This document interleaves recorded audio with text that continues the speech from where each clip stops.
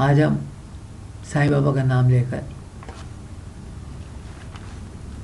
प्रद्युम्न की कथा करेंगे। प्रद्युम्न श्री कृष्ण के पुत्र थे और असल में वो पिछले जन्म में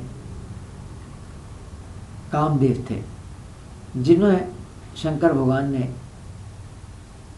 अपनी तीसरी आंख खोलकर जला दिया था। ये कथा इस प्रकार है कि शंकर भगवान के ससुर और सती के पिता दक्ष प्रजापति एक दफ़ा एक यज्ञ कर रहे थे। उस यज्ञ में उन्होंने सब देवताओं को, ऋषियों को, संतों को बुलाया, परंतु महादेव जी को नहीं बुलाया। और उसका कारण यह था कि वो महादेव जी के साथ काफ़ी क्रोधित थे। महादेव जी के साथ उनको गुस्सा था। परंतु उस यज्ञ में सती बिना बुलाए हुए तथा महादेव जी के मना करने पर भी, अपने पति के मना करने पर भी वो उस यज्ञ में चली गई। वहाँ पर सती का भी अपमान हुआ और सती ने देखा कि महादेव जी का भी अपमान हो रहा है। तो ये देखकर वो अपने को रोक नहीं पाई और क्रोध में आकर उसने अग्नि समाधि ले ली। जब शंकर जी को पता चला तो उन्हें बहुत दुख हुआ और वो हेमवन पर्वत पर चले गए और वहाँ जाकर उन्होंने ध्यान समाधि लगा ली और बैठ गए। अब उधर सती ने हेमवन पर्वत के घर में जन्म लिया तथा उसका नाम पार्वती रखा गया। जब वह बड़ी हुई तो वह महादेव जी की सेवा करने लगी, परंतु महादेव जी ने जो तपस्या पर थे उस पर कोई ध्यान नहीं दिया और वो अपनी तपस्या में लीन रहे। अब दूसरी तरफ इंद्र को ये पता था कि पार्वती और शंकर जी का पुत्र कुमार देवताओं का सेनापति बनेगा। इंद्र चाहता था कि पार्वती और शंकर जी की शादी शीघ्र से शीघ्र हो और उनके एक पुत्र हो जो फिर उनकी सेना का नायक बने। अतः उसने अपने इस काम को पूरा करने के लिए कामदेव जी को भेजा ताकि उनका उद्देश्य पूरा हो सके।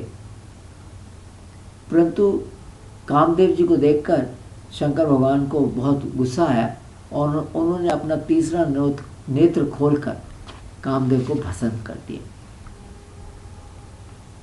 तब कामदेव की पत्नी रति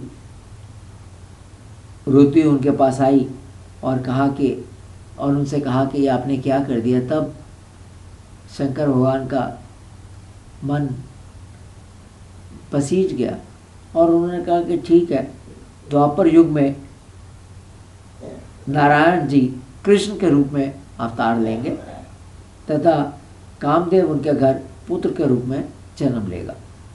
तब तुम शंबासुर नामक एक असुर के घर नौकरानी के रूप में काम कर रही होगी और वहाँ तुम्हारा अपने पति अर्थात श्री कृष्ण के पुत्र के साथ मिलन होगा।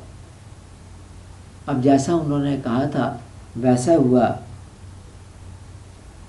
श्री कृष्ण के रुक्मणी से शादी के बाद उनके घर कामदेव पुत्र के रूप में पैदा हुआ, जो श्री कृष्ण की तरह ही देखने में बहुत सुंदर था और उसका नाम प्रद्युम्न रखा गया।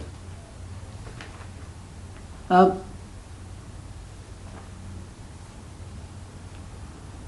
उस वक़्त शंबासुर नामक राक्षस ये जानता था कि प्रद्युम्न उसे मारेगा, ये उसको पता था।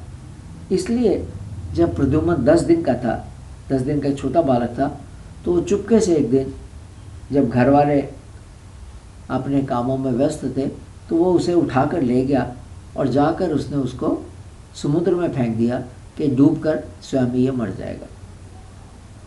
परंतु जब उसने उसको समुद्र में फेंका तो वहाँ पर एक मछली उस बच्चे को निगल गई।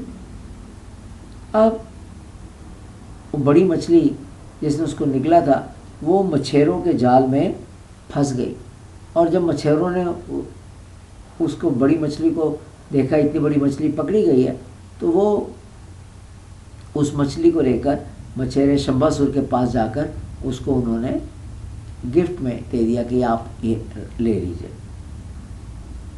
शंबासुर ने वो मछली अपने रसोइयों को दे दी कि इसका पकाया जाए, इसको बनाया जाए। अब जब रसोइया ने उसको काटा, मछली को काटा, तो उसके पेट में से एक छोटा बालक देखकर वो बहुत हैरान हुआ और तब उसने शंबासुर की दासी मायावती को वो बालक दे दिया। मायावती ने देखा कि इतना सुंदर बालक है तो उसको बहुत अच्छा लगा और उसने उसको लेकर अपने पास रख लिया। तब एक दिन नारद जी वहाँ पर आए और उन्होंने मायावती को सारी बात, पिछली सारी घटना बताई कि मायावती असल में रति है और ये बालक कामदेव है, पिछले जन्म में किस प्रकार इसको शंकर भगवान ने भस्म कर दिया था, उसी का अब ये जन्म हुआ। जब मायावती को ये पता चला कि ये इसके पति है तो बालक से बहुत प्रेम करने लगी। अब समय बीतता गया, काल बीतता गया और समय पर प्रद्युम्न जवान हो गया, बड़ा हो गया। अब मायावती उससे बहुत प्रेम भाव करती थी। ये प्रेम भाव देखकर वो बोला कि तुमने मुझे शुरू से पाला है, तुम मेरी माँ हो, तुम्हारी बुद्धि ये उल्टी कैसे हो गई, तुम इस प्रकार कैसे मेरे को किस प्रकार से इस नज़र से देखती हो। तब मायावती ने उसको सारी पिछली घटना बताई और कहा कि वो कामदेव है, वो उन्हीं का, उसका ही पति है। और फिर मायावती ने कहा कि तुमने शंबासुर को मारना है और ये बहुत मायावी राक्षस है, इसको तुम वैसे नहीं मार सकते, इसलिए मैं तुम्हें महामाया नाम की विद्या सिखाऊंगी, जो विद्या सीख कर ही तुम इसको मार सकते हो। और फिर उसने प्रद्युम्न को महामाया नामक विद्या सिखाई। वो उसने जब सीख ली तब मायावती ने कहा कि अब तुम शंबासुर का नाश करो। तब प्रद्युम्न का और शंबासुर का बहुत सख्त ज़बरदस्त युद्ध हुआ, जिसमें फिर अंत में शंबासुर मारा गया। अब मायावती प्रद्युम्न को लेकर आकाश मार्ग से चलती हुई द्वारका आई और वहाँ पर आकर रुक्मणी और कृष्ण से मिली। रुक्मणी उस बालक को देखकर बहुत खुश हुई, बड़ा सुंदर बालक, और सोचने लगी कि अगर उसका बेटा जिंदा होता तो उसकी भी आयु इस वक्त इतनी होती। तब उस वक्त वहाँ पर नारद जी आए और नारद जी ने आकर सारी बात, सारी घटना, पिछली घटना उन सबको बताई। तब सब बहुत खुश हुए तथा द्वारका वासियों ने खुशी मनाई और प्रद्युम्न फिर वहीं पर अपने माता पिता के पास रहने लग गया। तो ये कथा यहाँ समाप्त करते हैं। सुनने के लिए धन्यवाद।